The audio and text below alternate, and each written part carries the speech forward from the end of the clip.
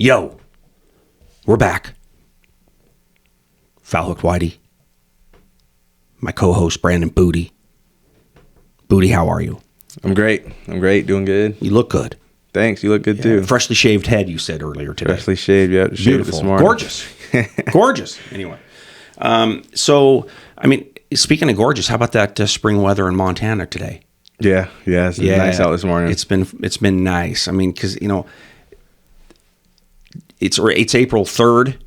Basically, my season has started. Oh, yeah. Yep. Even with all the drama and the fucking turbulence of my life and my business right now, bottom line is, I'm about to sell some Copper Johns, motherfucker. Hell yeah. All the rivers in the area pretty much got to be fishing. Well, and you've got the rainbow spawn. Yeah. And that sounds. I'm not talking that up like go fish the spawn. Where I'm talking about in fisheries, I wouldn't know where the fuck they spawn in a freestone. Would you? I mean, you can see the beds. You can.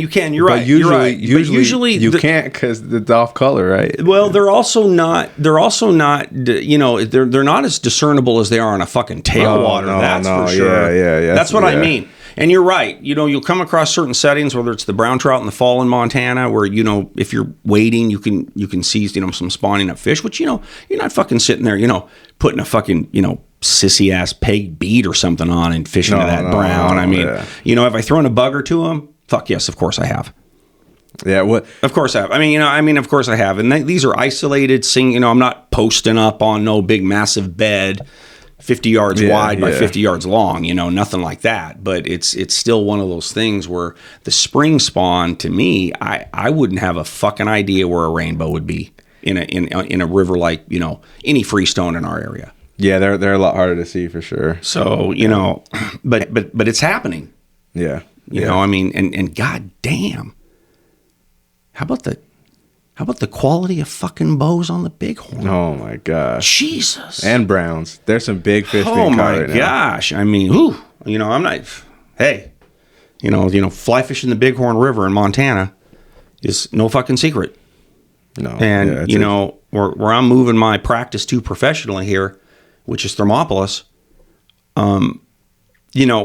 those folks down there who are smart and savvy and have seen a ton of fucking growth on that fishery, same watershed, right? Bighorn River, right?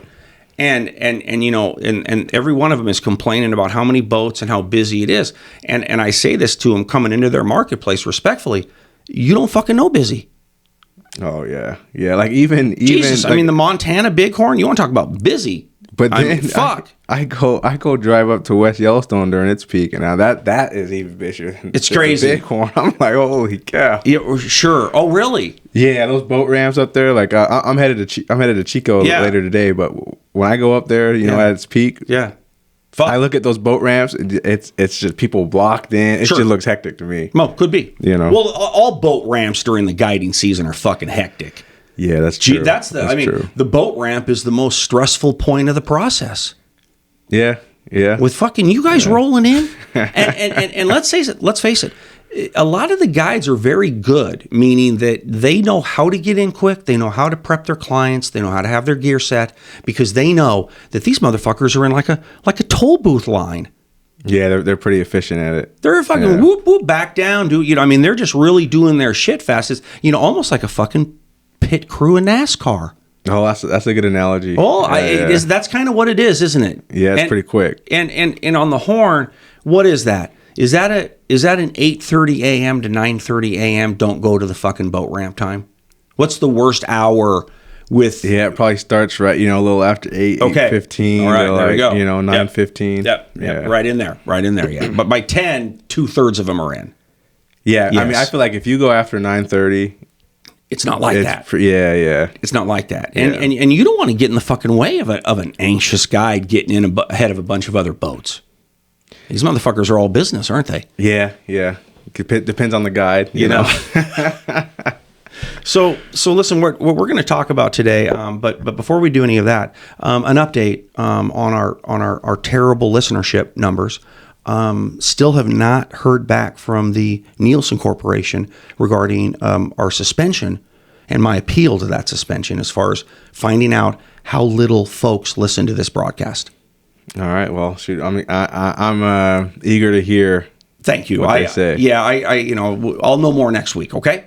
All right. So today I'm going to talk about something that's personal to me. It's personal to some guys out there, some angling men and some angling women as well. Okay. Right. And that subject is, should you fucking fly fish with your spouse? I did something a while ago, and another one that was similar. So I'm not trying to rehash anything here, but where I'm at in my life, which is basically I'm a fucking single man, right? Yeah. I look back on my recent experiences in relationships. And not dissing on any dames here, not at all. This is me, like it usually is, right? Yeah, yeah. Okay. Raw and unfiltered. No, I'm just playing. That's correct. That's correct. But I just don't think I'm a good angling spouse. I think it's hard to be. I'm not. And I don't even mean fucking married to some, chick I'm fishing with. I just mean fishing with them, period. Yeah, yeah. Well, they don't want to listen either. Well, they don't want to take advice from mine you. did. Mine did. I really can't. I mean, there might be some gals that are like that, but obviously there's a tough dynamic when it comes to a spouse, especially a male, teaching a gal how to fly fish. Okay, I mean, they're just it can be too much, and I'm sensitive to that as fuck. Okay, but I've been selfish when it comes to time up on the front of the skiff.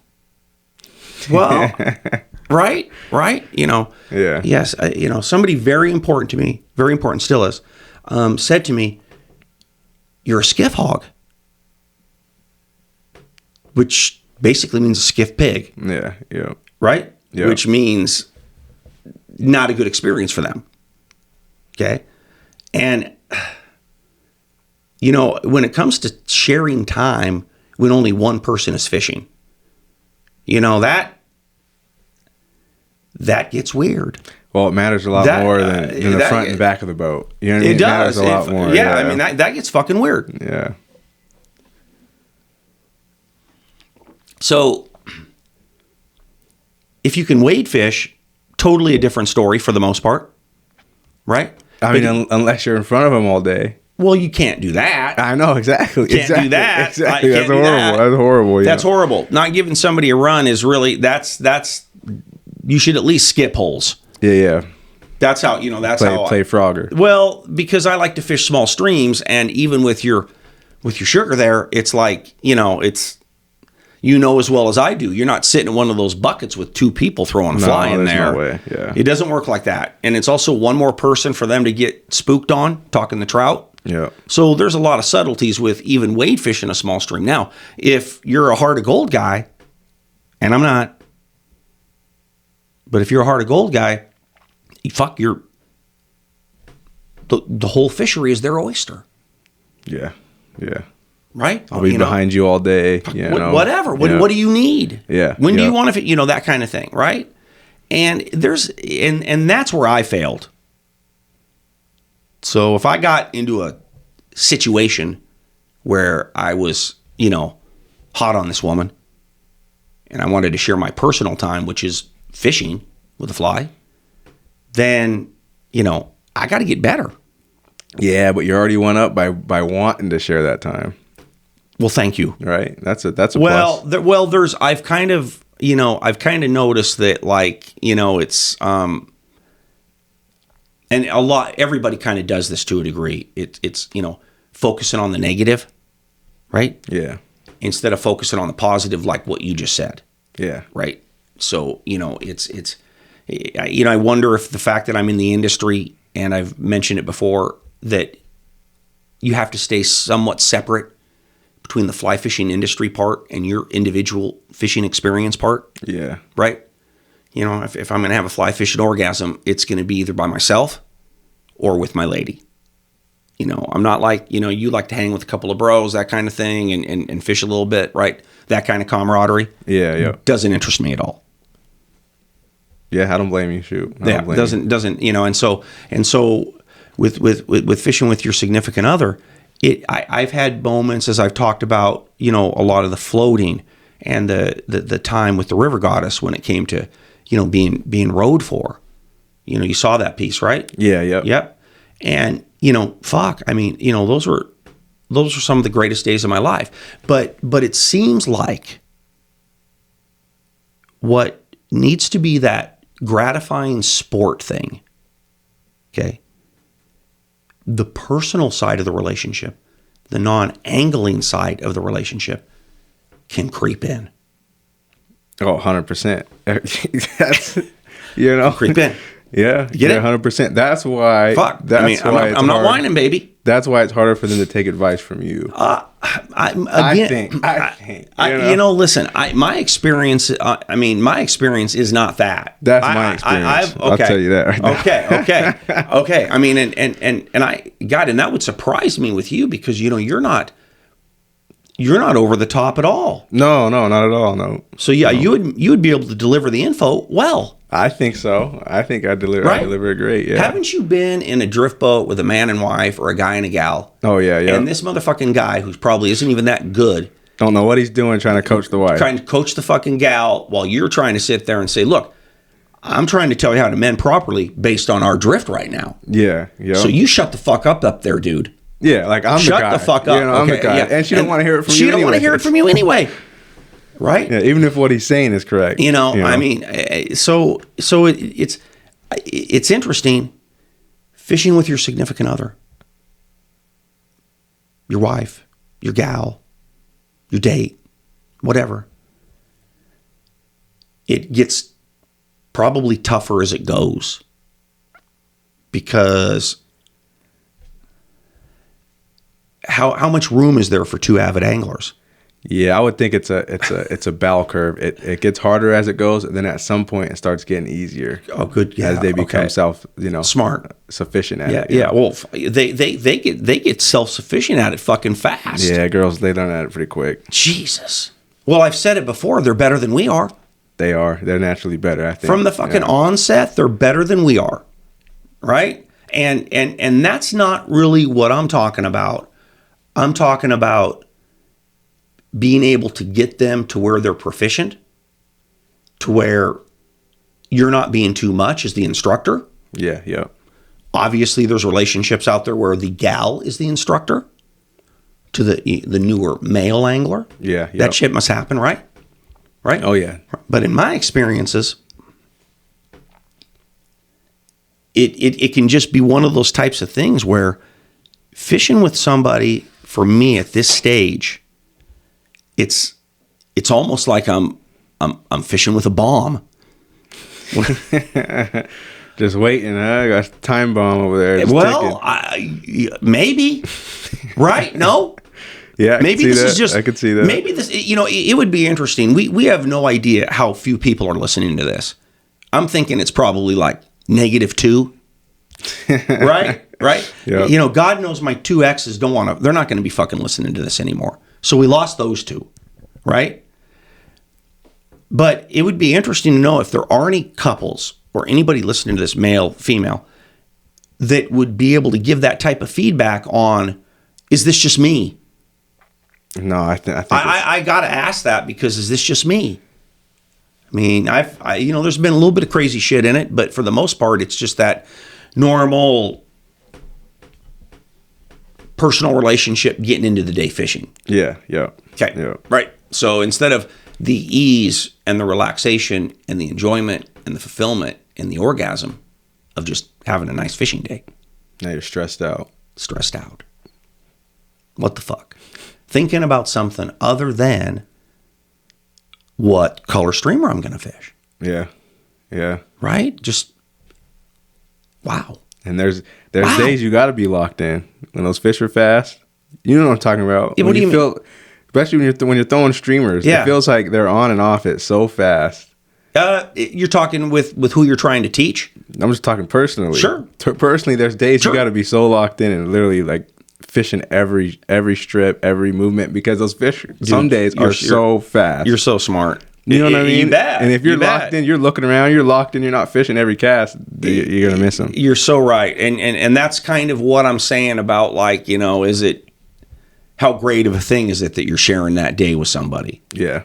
Yeah. Right. I've had in my experiences with my significant others in both fresh and saltwater environment, have been mostly positive. Right. I mean, you know, you can, gratitude and appreciation for showing somebody this sport, especially somebody you're sweet on. Yeah, yeah. That's a better orgasm than, in my opinion, you know, just teaching a client or teaching a guy. Oh yeah, gotta be. Yeah. Shit. Definitely. That's a great orgasm. Oh yeah, yep. So, you know, it's one of those things where, you know, it's you got to weigh that shit. Yeah. And I'm in the weighing process. Yeah, pros and cons. For the pros to me have been the chance to kind of spend that time with a significant other and show them that, you know, this is my time, yo, bitch. Right? Yeah. But you're in here because, you know, I dig you. What better way to have an orgasm than with your significant other? No fucking doubt. No doubt. I think we'll end it on that, okay? All right, you got anything to add to this? No. All right, well, we'll be back. It's the Foul Hooked Whitey, signing out for Brandon Booty. Fishing with your spouse or significant other. Good, bad, or ugly. Thanks a lot. We'll be back. Out.